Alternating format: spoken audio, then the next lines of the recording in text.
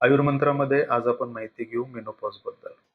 स्त्रियांमध्ये मेनोपॉज का येतो, मेनोपॉज जेव्हा येतो त्याच्या आधीची लक्षणं काय असतात आणि मेनोपॉज सुरू झाल्यानंतर कोणती लक्षणं येतात, आणि आहारातून, व्यायामातून आणि आयुर्वेदाच्या मदतीने तुम्ही ही लक्षणं कशी कमीत कमी ठेवू शकतात आणि तिथून पुढे तुम्ही तुमची लाईफ ही किती हेल्दी आणि किती कॉन्फिडेंटली पुढे घेऊन जाऊ शकता, याची माहिती आपण या व्हिडिओमध्ये पाहू. सुरुवातीला मेनोपॉज का होतो?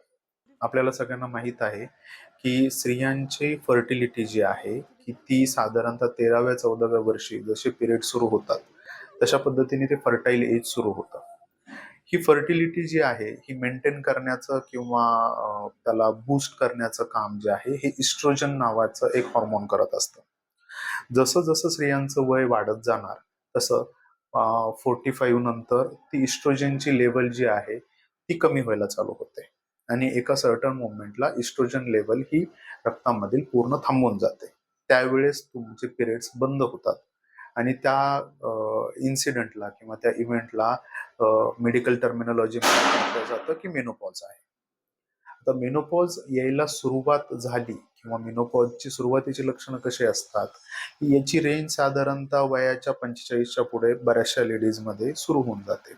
ती लक्षणं असतात की पिरियड्स इरेग्युलर होतात, ब्लिडिंग पॅटर्न सुद्धा बदलतो. जसं काही मंथमध्ये तुम्हाला हेवी ब्लिडिंग होऊ शकतं, काही मंथमध्ये ब्लिडिंग प्रमाण एकदम कमी होते. सुरुवातीला कधीच पेन जाणवणार नाही, पण तुम्हाला मेनोपॉजमध्ये पेन जाणवू शकतं. पोट, कंबर, पाय हे खूप दुखतायत अशा पद्धतीने तुम्हाला पिरियड्स येतात. डिले होत जातात. महिन्याच्या महिन्याला नाही येणार, 2 महिन्याला, 3 महिन्याला, 6 महिन्याला अशी कधीतरी पिरियड्स यायला सुरुवात होते. काही काही केसेसमध्ये तर अर्ली पण येतात. म्हणजे 15 दिवसाला सुद्धा पिरियड काही काही केसेसमध्ये दिसून येऊ शकतात. त्यानंतर मूड स्विंग व्हायला सुरुवात होते. अस्वस्थ वाटत असतं पेशंटला, हेअरफॉल जाणवायला लागतो. थोडंफार बॉडी पेन किंवा मसल एकदम आपले वीक झालेले आहेत अशी लक्षणं सुरुवातीला डेव्हलप व्हायला लागतात. ही सर्व लक्षणं इस्ट्रोजन लेवल तुमची कमी होण्याची ही सगळी संकेत देत असतात. ज्या मोमेंटला तुमचे पिरियड्स थांबून जातील, मेनोपॉज सुरू होईल, त्यावेळेस सगळ्यात कॉमन जे सिम्पटम आहे ते म्हणजे की हॉट फ्लॅशेस.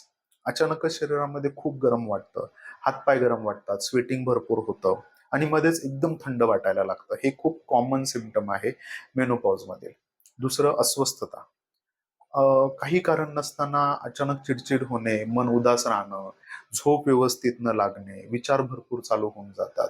ही मेंटल काही लक्षणं पण त्यांच्यामध्ये दिसतात. काही काही एक्स्ट्रीम केसेसमध्ये डिप्रेशन किंवा एन्झायटी ही सुद्धा पेशंटमध्ये दिसून येते.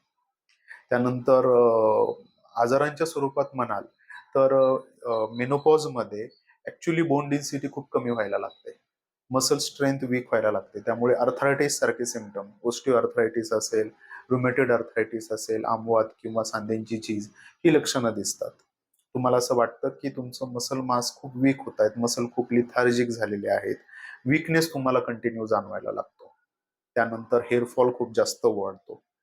एक्स्ट्रीम केसेसमध्ये काही काहींमध्ये हार्ट डिसीज किंवा डायबिटीज ही पण त्यानंतरच चालू होतात. तोपर्यंत बऱ्याचशा लेडीजला असा कोणताही त्रास नसतो, पण सांगताना ते म्हणतात की जसे पिरियड्स बंद झाले तसं आमच्यामध्ये आता डायबिटीजची लक्षणं दिसत आहेत किंवा शुगर हाय येते किंवा बीपी हाय राहायला लागलेला आहे. आता आपण हे पाहू की या सर्व लक्षणांना आपण आहारामधून कशा पद्धतीने ऍड्रेस करू शकतो. तर आपल्याला कळालेलं आहे की यामध्ये तुमची बोन डेन्सिटी आणि मसल स्ट्रेंथ ही सगळ्यात जास्त हॅम्पर्ड होणार आहे. तर तुम्हाला आहार असा घ्यायचा आहे की जो तुमच्या मसल स्ट्रेंथला आणि बोन्सला स्ट्रॉंग करण्यासाठी मदत करेल. तर त्याच्यामध्ये सर्व फायबर्स असणारी जी फळं आहेत त्यांचा रेग्युलर वापर ठेवायचा. हायड्रेशन म्हणजे पाणी किंवा चांगल्या पद्धतीने तुम्ही एखाद्या फळांचा रस, ज्यूस हा तुम्ही घेऊ शकता. आहारामध्ये जेवढं होईल तेवढं तुपाचा वापर करणं हे तुमच्या सांध्यांना आणि तुमच्या मसल्सला स्ट्रेंथ देण्यासाठी गरजेचं ठरतं. सगळ्यात महत्वाचा भाग म्हणजे की व्यायाम. व्यायाम तुम्ही ऍक्च्युअल मध्ये 35 ज्या कोणत्या स्त्रियांनी क्रॉस केलेला आहे त्यांच्यासाठी मॅन्डेटरी आहे, कारण की तुम्ही आज व्यायाम केला तर लगेच तुमची स्ट्रेंथ डेव्हलप नाही होणार आहे. 35 क्रॉस केल्यानंतरच तुम्हाला कोणता तरी एक व्यायाम प्रकार हा चालू करायचा असतो, जेणेकरून तुमची मसल्सची स्ट्रेंथ आणि बोन्सची जी डेन्सिटी आहे ही मेंटेन व्हायला मदत होईल. तो व्यायाम तुमचा त्या कंडिशनमध्ये सुद्धा जेव्हा तुम्हाला मेंटली तुम्ही स्टेबल नाही आहात, त्यावेळेस सुद्धा चालू ठेवायचा आहे. सूर्यनमस्कार असेल, चालणे असेल किंवा तुम्ही जिम सुद्धा करू शकता किंवा योगा सुद्धा करू शकता. कोणता तरी एक व्यायाम प्रकार तुमच्या लाईफस्टाईलचा भाग हा असला पाहिजे. जेव्हा अशा केसेस की आम्हाला मेनोपॉजमध्ये किंवा आता पिरियड जात आहेत आणि खूप जास्त त्रास होतोय, आयुर्वेदिक डॉक्टरकडे किंवा कन्सल्टंटकडे पोहोचतात, तेव्हा आयुर्वेदिकमधील पंचकर्म चिकित्सा जी आहे, ही खूप फास्ट जी फिजिकल आणि मेंटल डिस्टर्बन्सेस चालू आहे, ती कमी करणारी ट्रीटमेंट आहे. उदाहरणार्थ घ्यायचं झालं तर शिरोधारा आणि बस्ती ह्या 2 चिकित्सा अशा आहेत, की त्या तुमच्या शरीरामधील स्ट्रेंथ ही मेंटेन ठेवतात.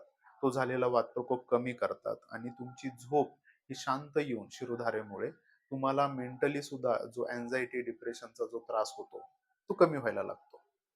आणि सगळ्यात महत्त्वाचा भाग म्हणजे की या कंडिशनमध्ये त्या स्त्रियांनी बोलणं खूप आवश्यक आहे. कारण की ही लक्षणं सगळ्यांना येतात. तुम्ही ते लपवून काही होणार नाहीये आणि ती जर तुम्ही लपवाल तर ते एका मोठ्या आजाराकडे घेऊन जाईल.